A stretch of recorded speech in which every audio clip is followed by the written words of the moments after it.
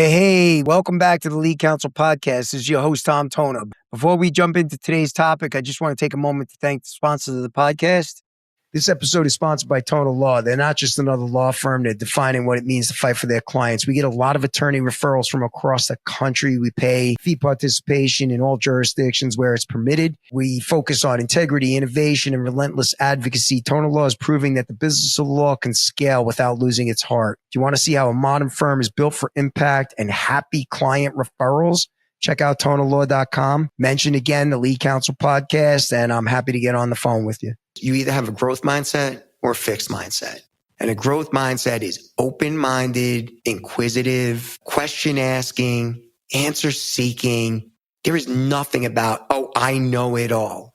That's fixed mindset, you know? And so having an open mindset means you humble yourself and you realize how much you don't know and how much you can learn from people, right?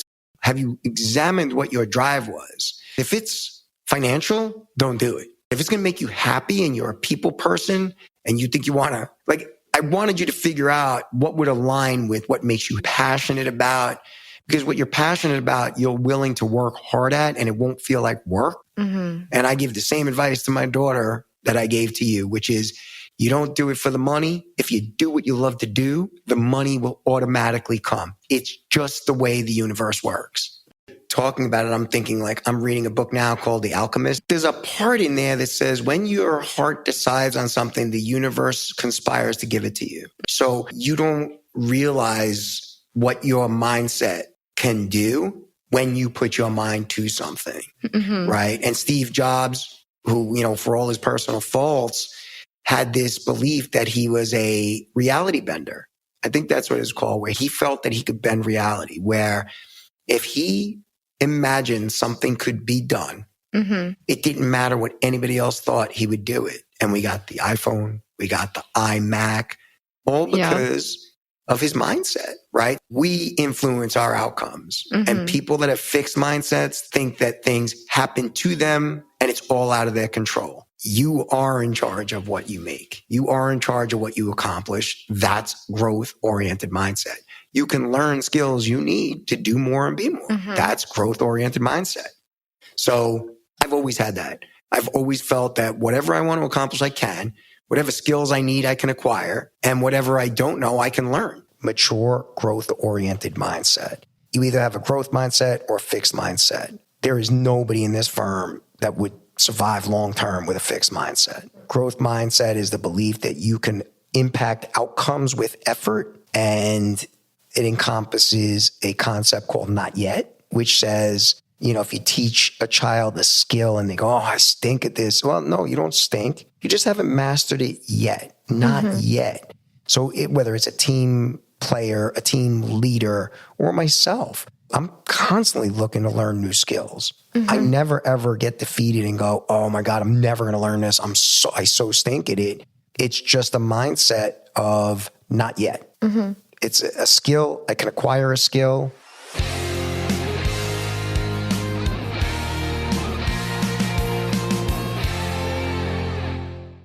Kind candor. Kind candor is the next one. It's a concept from Gary Vaynerchuk's book, 12 and a half.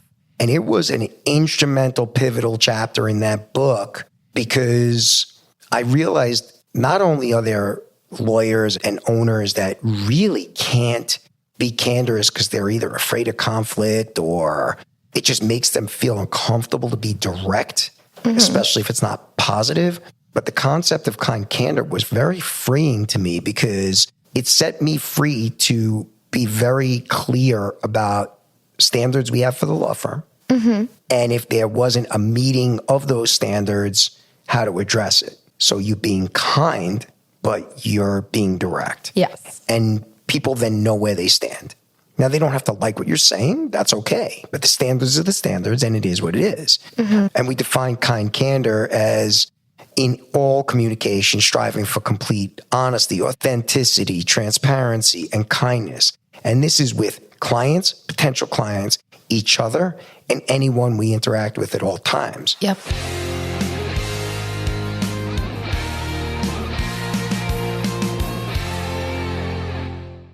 Craig Goldenfarb.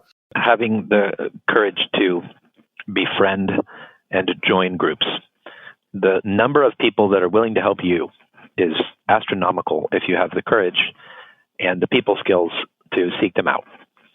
And my friendship with people like you, people at groups like Masterminds, Atticus groups, it really is a somewhat narrow set of human beings who genuinely want to help others.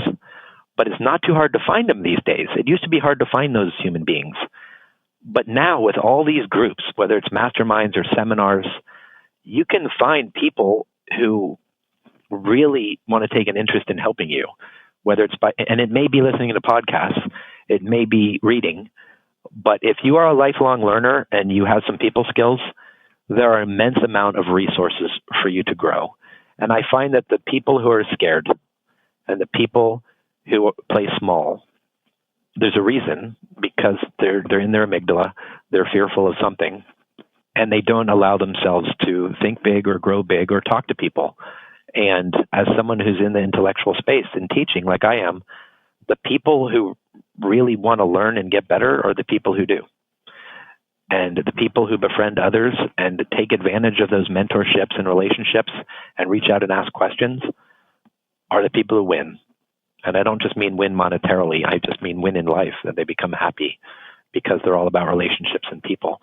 And there's a lot more people out there willing to help you, either for free or not for free, than you think there are.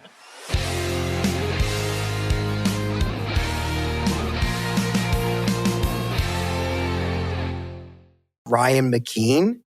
For anybody out there, like none of this, there's nothing exceptional about me or about Andrew or about anybody really on this team. Like we're all pretty normal people, good lawyers, good people, work hard, like all of that. But like a lot of people can check those boxes.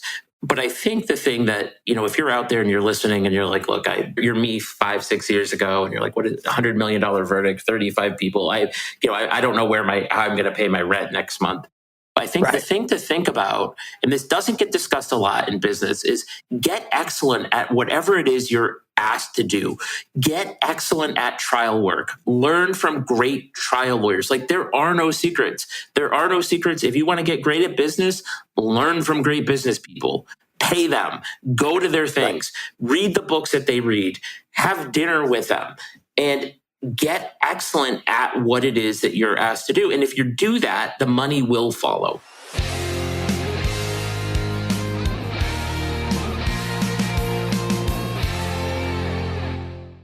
Patrick Wilson.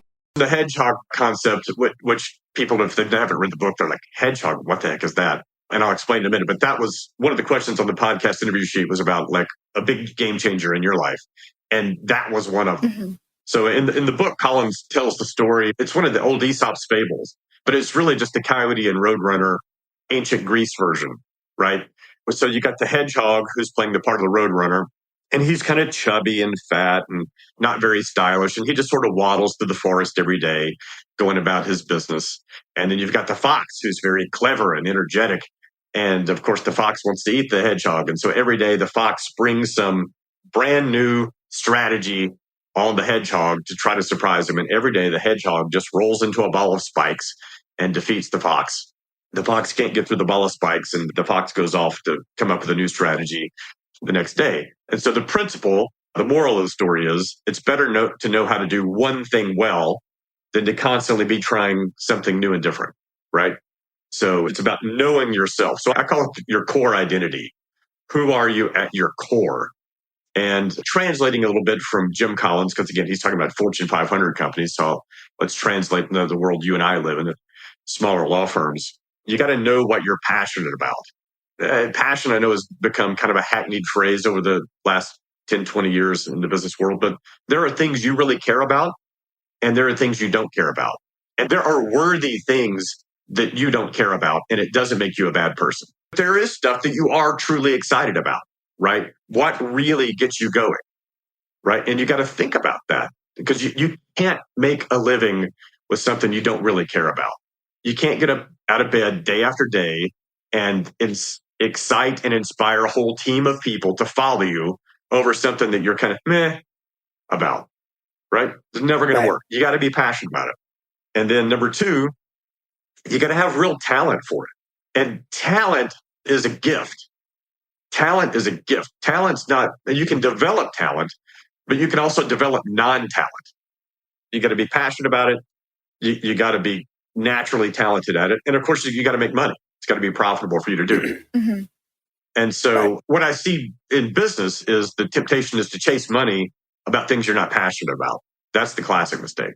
Yeah. And so I remember when I read the book, it set me to think. I'd already made the move to Atticus, and I was already clear that I was sort of born to be a coach, business consultant, whatever. But within that world, I didn't know exactly what my identity was. And that set me on a path to thinking. And I just meditated on that for about a year. And then I got really clear about sort of who I am as a coach and what I'm good at as a coach and who I work with really well as a coach. And that was a game changer because I make much faster decisions that are much higher quality. Mm-hmm. Isn't that crazy? That's awesome. Because normally you think, you better slow down and get it right. But once I got clear on my identity, 10 times faster decisions and 10 times better results. Because you trust your instincts. Yes. You trust your instincts. And I know myself. I know myself, and I know who I work best with and who I'm going to help. And so, that's part of why I work with so many PI lawyers. That's part of the equation. Quick break to thank the sponsors of the podcast. This episode is supported by Tona Law, a modern law firm built on integrity and innovation. Learn how they're changing the game at tonalaw.com. Attorney referrals accepted from across the country. You'll see what it's like when you send us a case. You'll have some happy clients. Mark Whitehead, tell people what the blue ocean niche philosophy is, and then your strategy, how you came up with it and what that looks like. Basically, the concept of blue ocean or red ocean. Red ocean is where all your competition is, and they're all fishing for the same fish in the same spot. And the blue ocean theory is like go where nobody else is. Look for the areas or the clients that nobody else is looking for because it's easier to market to them.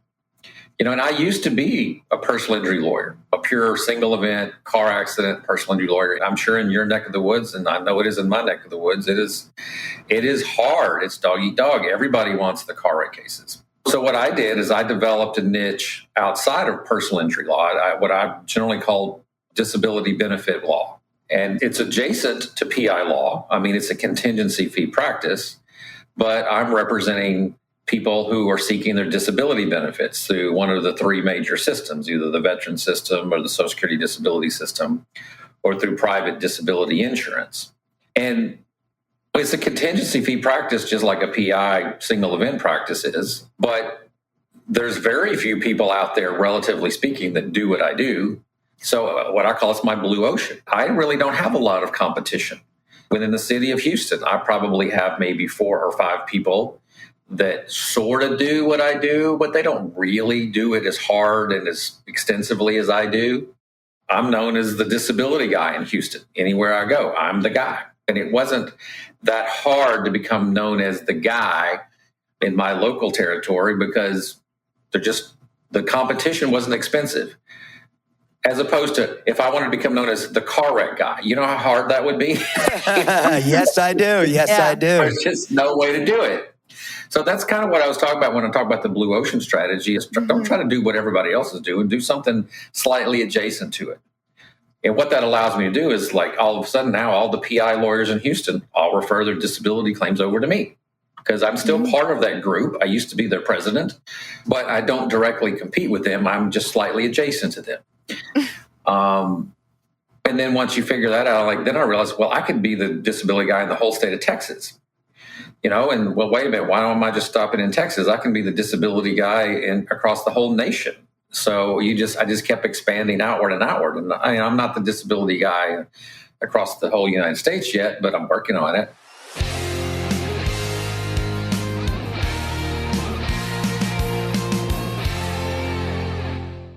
John Fisher, whether it's professional, personal, or anything else, is the concept of the go-giver, giving 100% and asking for nothing in return, using that in every relationship in your life, including your marriage, and saying, I'm going to give my spouse the greatest life imaginable. I'm going to try, and I'm not always perfect, but I'm going to try to give her an incredible life and not worry about what I'm getting back from it. So, and I think I can share this with you too.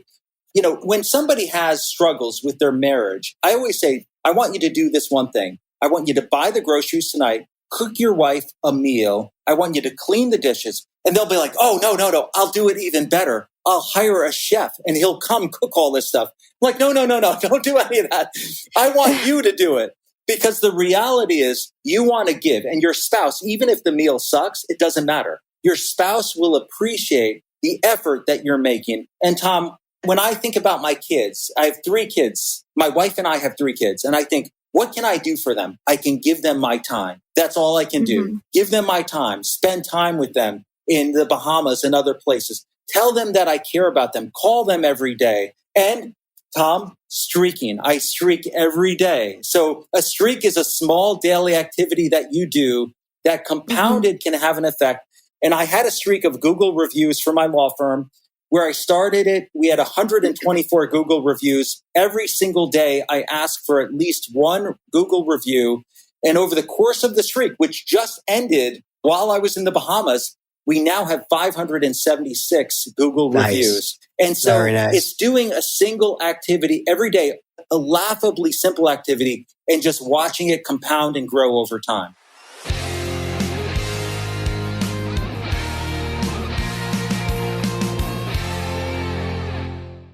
Sue-Ann Van Dermiden. There's just a lot of pressures on attorneys in general, right? It's a highly competitive, contentious, adversarial world as a starting point. And then you add maybe all the kinds of layers to it. And, gender can be one of them. Certainly as you're a junior female lawyer in the industry, you can add that layer on. And there's all these pressures that layer onto it then too. You have to be a really good lawyer. You have to be a really good mother. You have to be a really good partner. And meanwhile, you have to be witty and fun and smart and pretty and have healthy relationships. So there's just so much pressure that goes into it. And it may not be super unique to women, but what I have found, I honestly believe that the way you get through it is you surround yourselves. And I know we talked about this in Dominate Your Market with a rope team. And I think you may have even coined that, Tona.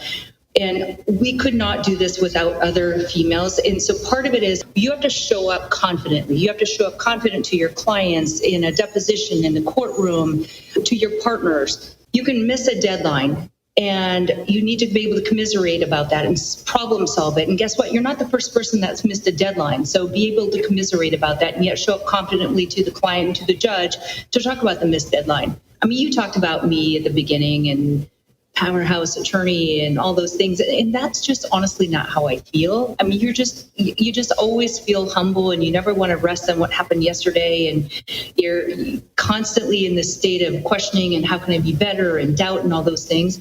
So here's the one thing that I spend time teaching my team and I would tell people, which is we have to show up in this way that's confident. I just think that's a key to kind of success is you, especially as a younger person, when you are showing up and you walk into a room of giants, people that are better than you, because that's what you want to surround yourself with is people that are better than you. They'll make you better. But how do you show up confidently in that space and at the same time be real? I don't want to think about our self-doubts, if that's what we want to call it, as negative, because I think it's what drives us to continue to be better. And I think the confidence piece is on a given subject, and we have a very unique niche in terms of what we practice. And I know that in any given room, I probably know as much, if not more, than anybody else on that very narrow topic. So I can be completely confident in that slice of my life, even if there's other pieces that I may know less about and somebody else is, the expert. So part of it is just knowing what you know.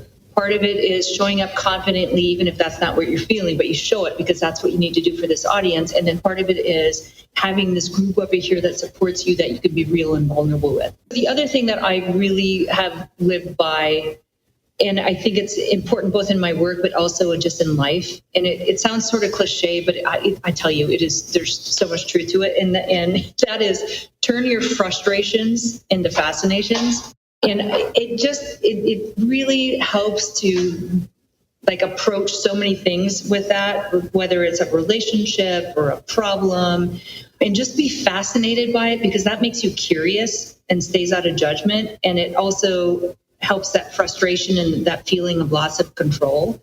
And so that's been really helpful. And I'm certainly not perfect at that, but it does help. Here's the one perhaps practical tip that I can give.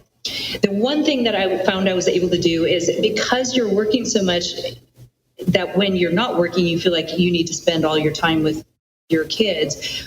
I sort of got to a point in my life where I crave friends. I love people. It's part of why I do what I do in my work. So one of the things that has really helped is marrying your professional life with your personal life in any way you can. So, for example, as part of my work, one of the big things, of course, is marketing. You have to market, develop networks, and build business and relationships. And the way that I was able to do that and maximize my units is to create relationships and a network and bonds with other attorneys. I travel a tremendous amount to conferences. I speak at conferences, and the American Bar Association, the Association of Workplace Investigators, the National Association of Colleges and Universities, and the list goes on. And because I travel and speak so much, and that builds my business, I have formed and developed relationships with attorneys across the country who are now my best friends. And so I get to travel with my best friends. So I've been able to marry interests, right? Because you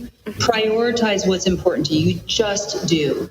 And even when you have all these competing interests, you tend to gravitate to what's important to you. And I'm setting aside that sort of paralysis that can occur, because sometimes you can just curl up in a ball and not do anything, which I'm not talking about that. But so for me, when I was really in the heart, the crunch of it all, because now I'm past it and that I don't have, really right now I have me and my business and whatever I choose to add to it. But when you are a mother with young children and building a business and they all collide at the same time, you can tell what's important. I would literally get up every morning between 4:30 and 5:30 in the morning and go work out. It's the only time I could work out. Once I was ready to go, it wouldn't happen again.